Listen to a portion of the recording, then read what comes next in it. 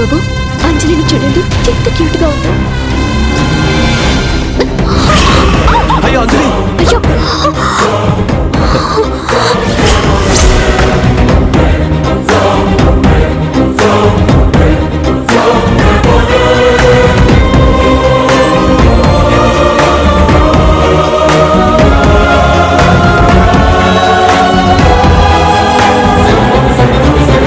బిడ్డను సరిగ్గా పట్టుకోవడం కూడా రాదా అక్క?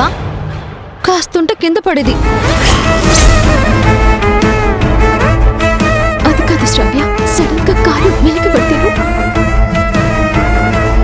చూసుకోరు కదా జ్యోతి, అసలే పసిగదు, కింద పడితే ఏమయ్యేది? చిన్నపిల్ల చేతిలో ఉన్నప్పుడు మనం జాగ్రత్తగా ఉండాలి కదా. అన్ని తెలివితేటలుంటే కడుపులో బిడ్డనెందుకు చంపుకుంటుంది? అమ్మా, నువ్వేంటి ప్రతిదానికి? పాపం కాలు మెలికబడిందని చెప్తుంది కదా, ఆ మాత్రం దానికి ఎందుకు ఇలా అంటావు? కాలు మెలిక పడటం సాకు మాత్రమే. తన కడుపులో బిడ్డ చనిపోయింది, నేను పాపని దత్తత తీసుకున్నాను అనేసరికి మనసులో కొళ్ళు మొదలైంది. నాకు ఒక బిడ్డ ఉండటం మీ ఆవిడ భరించలేకపోతుంది, అందుకే బిడ్డని కింద పడేయాలని అనుకుంది.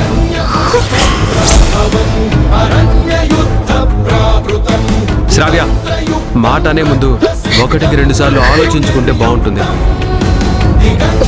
నా జ్యోతి గొప్ప మనసు ముందు నీలాంటి వాళ్ళు ఎందుకు పనికిరారు? అనవసరంగా నా భార్యని మాటలంటే ఊరుకోను. నీ భార్య అనేసరికి అంతరోషం వచ్చిందా రాజీవ్? నా భార్య అన్నమాట అక్షర సత్యం. పిల్లలు లేని నీ భార్యకి నా బిడ్డను చూసి అసూయ కలిగింది.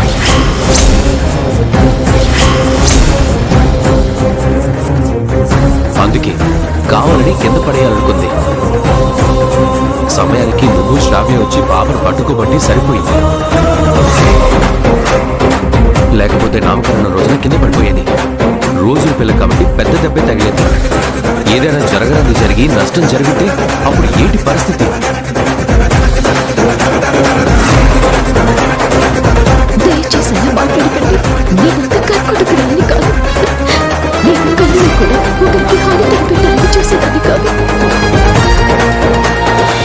నా చెల్లెలి బిడ్డంటే నా బిడ్డలా అనుకుంటాను. కావాలని ఎందుకు పడేస్తాను? ప్రమాణ పూర్తిగా కాలు మెలికబడటం వల్ల అలా జరిగింది. చేసిందంతా చేసి ఇంకా ప్రమాణాలు చేస్తావెందుకు? ఆ రోజు నీ బిడ్డ విషయంలో నువ్వు నిర్లక్ష్యంగా ఉన్నావు.